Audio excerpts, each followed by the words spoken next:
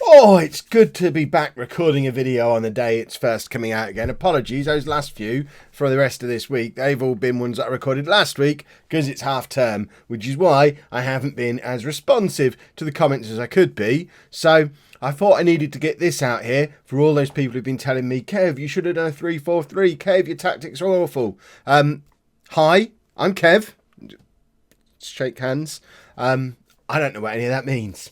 Hello and welcome to Club 4, Part 4 of Non-Lethal Legend. I'm Kev, and coming up on today's episode, we're at home against Burton in the FA Cup and then away against Ipswich in the Premier League. The Burton game's not particularly significant other than the fact that it's the one that occurs just as the transfer window has ended. And we have had quite a significant transfer window, I would suggest. We've had a few players leave, mainly on loans, but they're players that I wanted rid of. Zeknini.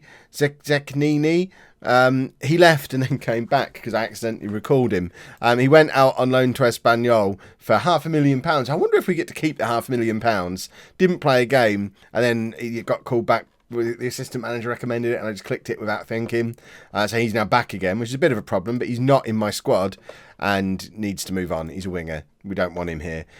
Tony Gardner has also moved out on loan for a fee. He's valued at £25 million, a young English striker who, I mean, he hasn't really been playing for us. He's probably our fifth choice striker, but he's English and valued at 25 million quid. We want him in our long-term plans, but he needs to be playing games. So we've sent him out to do exactly that. And we've also sent out our backup 5-star potential goalkeeper for exactly the same thing. We want him out playing games. He's gone to La Liga to do exactly that. And then the players that we brought in, Jordan Amavi, who we saw in the last episode, along with Collett and Ralston, they're our fullbacks who've come in. But we've also brought in a young German striker, capped at under 19 level. He's got 3.5-star potential. He actually looked better than maybe he is on the scout reports, but I think he's got the potential to be rather splendid, and it's good to have young players coming in. In the spirit of that, Robin Fiegel is another young goalkeeper. Again, I think we might need to get some new scouts because he scouted a lot better than that. So either our scouts or our coaches are a little bit off. It's something we'll work on in the summer or as we get towards the summer now. But signing of the window is this guy, Alisson Almeida, 23-year-old Brazilian, capped at under 20 level, came in for peanuts from Man City. They signed him for £5 million. I've loaned him out all over the world for the last 4 years. Look at the experience in the leagues this guy's played for. La Liga, Inter. I don't know why he spent 2 years in Mexico after being a regular for Inter and a regular for Real Betis. Inexplicably, he did. So we got him for an absolute bargain, £4.2 million. He's already valued at 14 million. He's got 4.5-star potential, already 3.5-star ability. He's a proper attacking midfielder, and he's come in and changed our team. 4 games, 2 goals, 1 assist, 1 man of the match, an average rating of 7.85. At £4.2 million, if he carries on as he is, he might go down in history as my greatest ever signing. It's ridiculous value for money. And I think our squad's starting to take shape and starting to look quite good.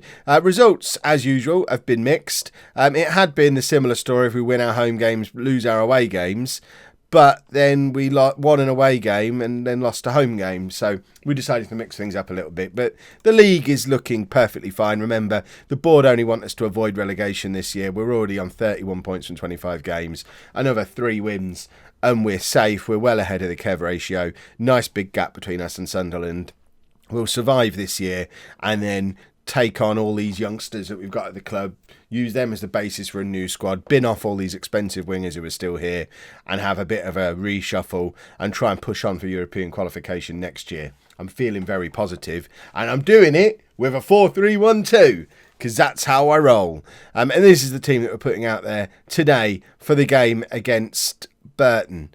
We've got Svilar in goal, a back four of Amavi, Diallo, Oliveira and Ralston, with Storaro actually playing in midfield now. He's quite good at it. He should have played there a bit previously.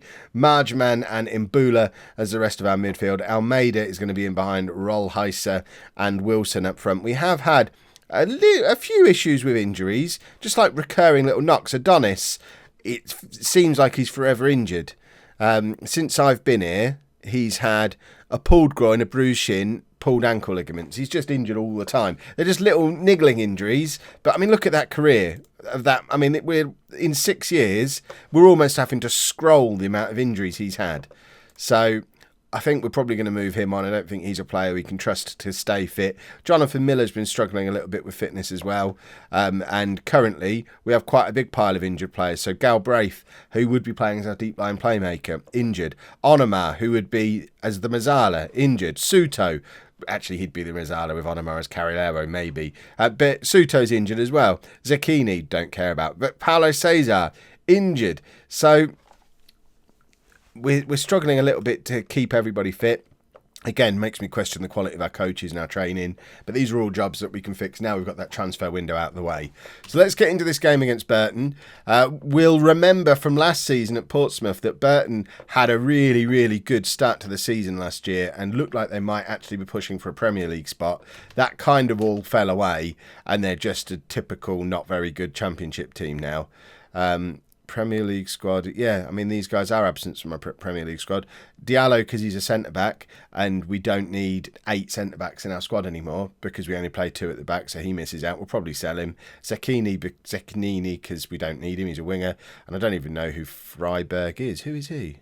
Oh, another centre-back. Doesn't matter then. Everything I left him out by choice. Yeah, I did leave him out by choice. That would suggest they have no future at the club. That's a fair assessment, yes. Do you think your side will find motivation and problem against a side like Burton? No, because we want to win the FA Cup. Winning the FA Cup is a route into Europe this season, and that would be very, very cool. Bit of a long shot because we are very inconsistent, but if we can get our key players fit again, I mean, we've Almeida aside, we're basically playing a backup midfield today. We've got backup strikers on, because I'd probably normally go with Miller and Cesar. So out of our, front 6 players, 5 of them are reserves in this game. Fullbacks, Ralston's only a temporary stop back. What am I even trying to say there? A temporary stopgap fullback? Maybe. Perhaps that's what I was going for. But he was cheap and available, which is he won't be our first choice right back next year. Amavi is old. He won't be our first choice left back next year. But we brought in what was available at the time, and we're bringing some proper fullback upgrades in the summer. So our whole squad is very much a work in progress. I mean, it was a decent squad when I arrived. We all said, this is quite a good squad. But it's quite a good squad for playing a 3-4-3, which, as I mentioned previously, I was never going to do because it's stupid. I don't like hipster formations. I've even trimmed my beard down a little bit so that I don't look like a hipster anymore, so that I don't have to do hipster formations. Right, Rollheiser with the penalty and scores. We actually offered him out to clubs during January as well. No one was interested, but although he can play as a striker, he's primarily a winger who can play up front, which is why we offered him out.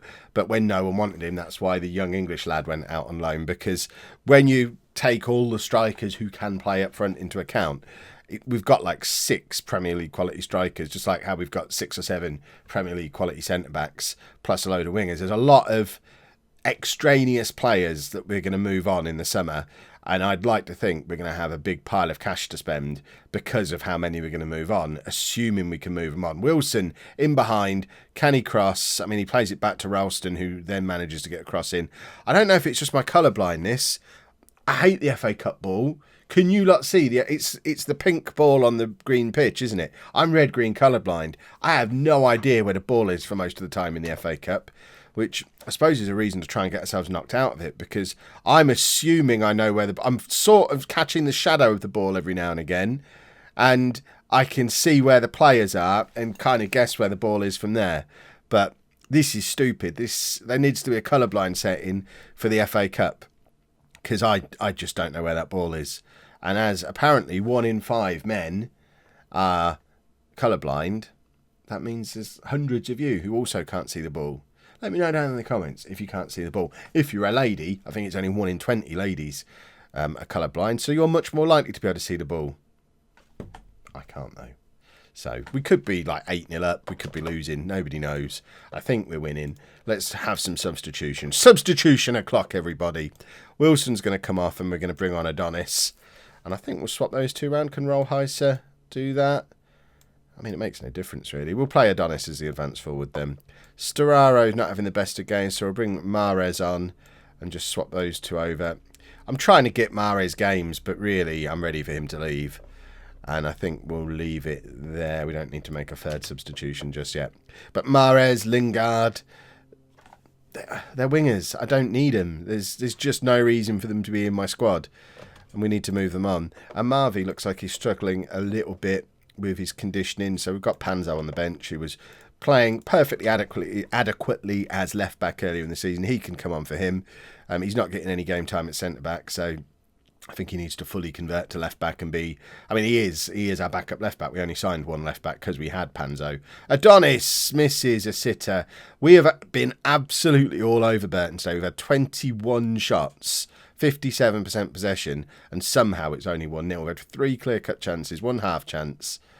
How is this only 1-0? It's got last second equaliser written all over it. And here it comes now. Panzo gets in and covers. And we have progressed through to, I think, the 5th round of the FA Cup at this point.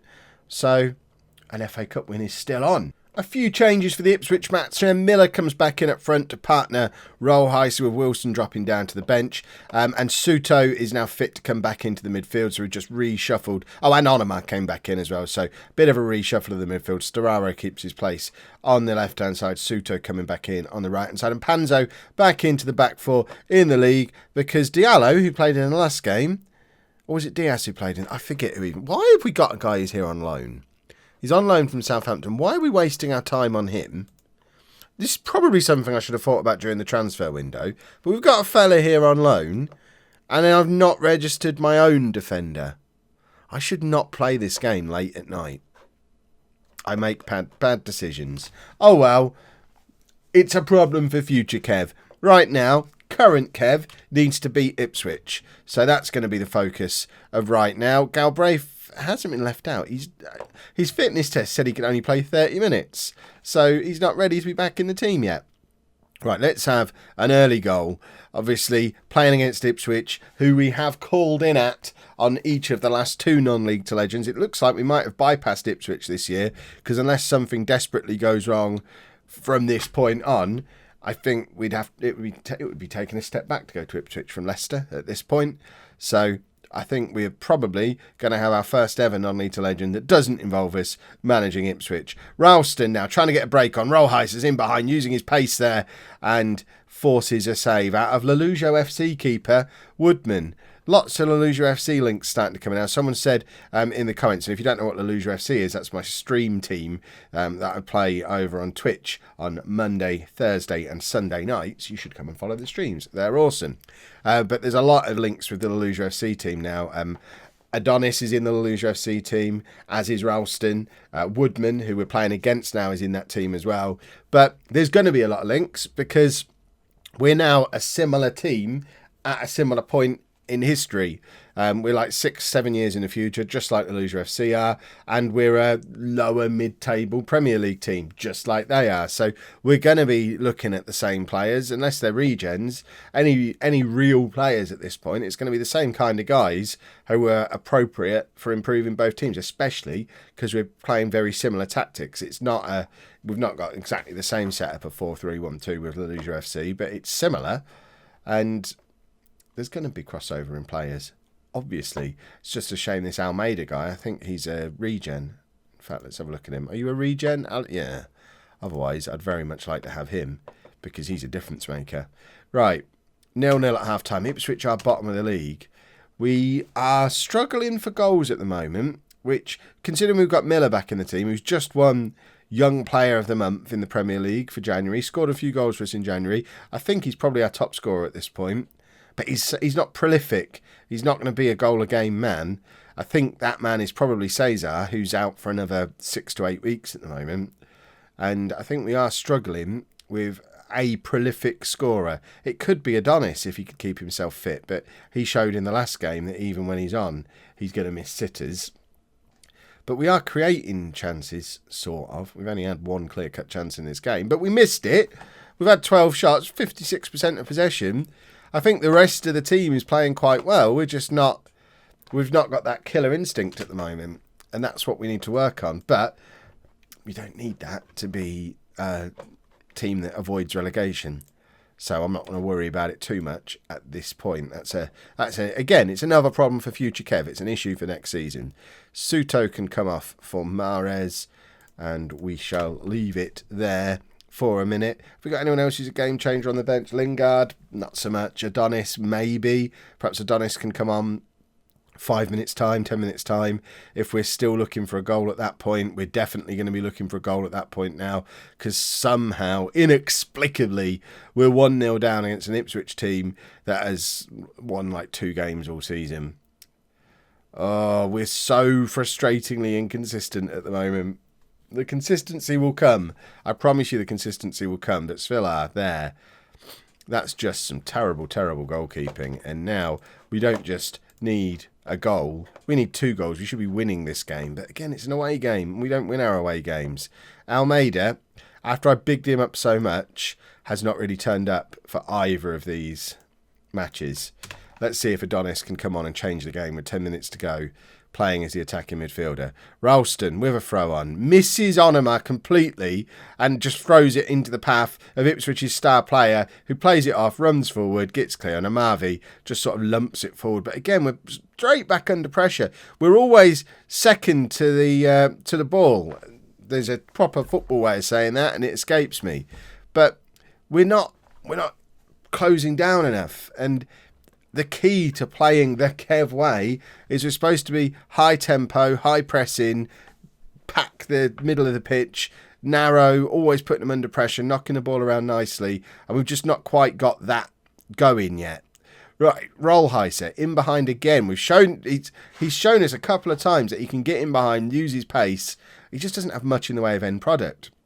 Almost as if he's a winger playing up front.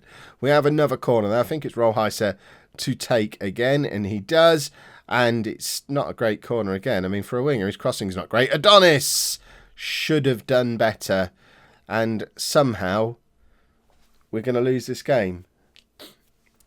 I mean, I say somehow, looking at the stats, I mean, it's a fair result for Ipswich. They've had 20 shots. They've had 2 clear-cut chances. They deserve the win, but My issue isn't that it's hard done by that we're going to lose the game. It's that I don't understand how we're playing this poorly when sometimes we play brilliantly using the same system. It's just teething problems. It'll all be fine. I'm certainly not going to do a 3-4-3 like people keep telling me to do. Yeah. Clough is in behind. That's going to be 2. It is. And that's just been horrible. That's dirty. A dirty, dirty match that's been.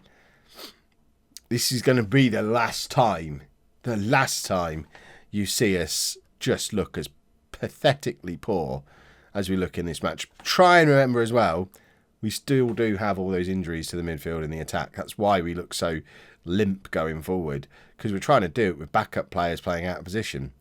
A time will come where everybody's fit and we'll start knocking in goals for fun. If not with this group of players, with all the new ones I bring in the summer. That's disappointing. Anyway, if you have enjoyed that, please make sure you leave a nice big thumbs up on there for me. Subscribe to the channel for daily Football Manager videos. And thank you very much for watching.